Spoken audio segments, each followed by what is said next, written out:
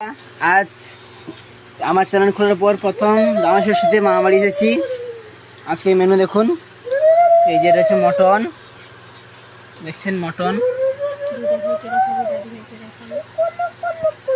Mutton হচ্ছে, কিন্তু আমার মা যেহেতু মটন খেতে ভালোবাসে না, তাই এখানে চিকেনও হয়েছে, দেখতে পাচ্ছেন চিকেনও হবে।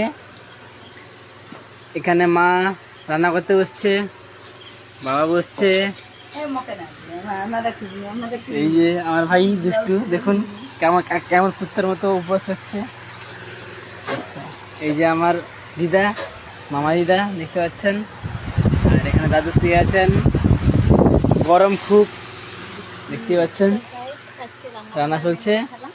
তো গাইস, আজকের এই মেনুগুলো দেখালাম, রান্নাটা পরের দিন ভিডিও করে আপলোড করব।